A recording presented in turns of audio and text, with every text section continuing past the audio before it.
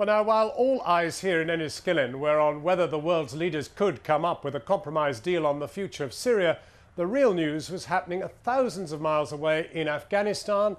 Hours after the formal handover of remaining security responsibility from NATO to Afghan forces, it was announced that the United States would open talks for the first time with Taliban leaders they ousted from power 12 years ago. The first meeting could take place as early as Thursday in Qatar, where the Taliban today opened their first official overseas office. Our Foreign Affairs correspondent, Jonathan Miller, has this. So, is the war lost?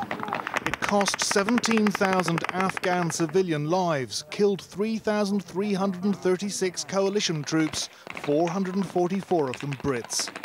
It's cost the UK £40 billion and America 10 times that. And today, with a bizarre snip of red ribbon in Doha, Talib HQ, the bureau of the Islamic Emirate of Afghanistan, formally opened. We're about to start direct talks with the very group the US coalition set out to dislodge and destroy in the first place. The Islamic Emirate of Afghanistan. A Taliban spokesman said they wanted a political and peaceful solution. Operation Enduring Freedom, as the Americans called their longest ever war, fizzled out this morning in Kabul with a ceremony in which 352,000 Afghan troops took overall charge of security for the entire country. The Taliban branded these soldiers American stooges and until now wouldn't talk to the Karzai regime. But with the occupation now ending, they suddenly can, although the Afghan president wants talks on his terms. The principles are that the talks, having begun in Qatar, must immediately be moved to Afghanistan. Second, that the talks must bring about an end to violence in Afghanistan.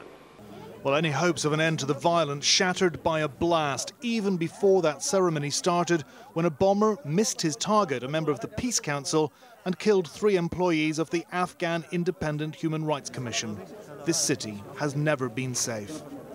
If Taliban insurgents were behind this, it's almost definitely not the old guard represented in Doha.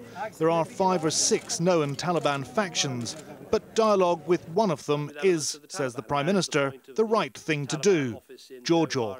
That is exactly what I hope can happen with elements of the Taliban, and that is the point of the Taliban office in Doha, in Qatar, and that is the point of the discussions that the Americans will have, and we've been fully engaged and involved in this process.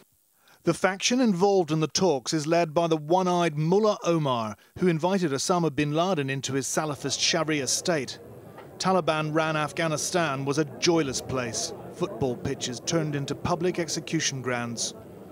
Mullah Omar's emissaries were secretly flown to Doha on a US plane 3 years ago, presenting themselves as leopards who had changed their spots. They set up shop in the Sheraton, but until now they've had nothing to do. For those still shattered by the sacrifices of this 12-year-long war, news that talks with the Talibs start the day after tomorrow will be hard to swallow. There's no guarantee that they'll work, but this is the way that wars like this often end. Not with a bang, but a whimper. In the last few moments, President Obama has been speaking.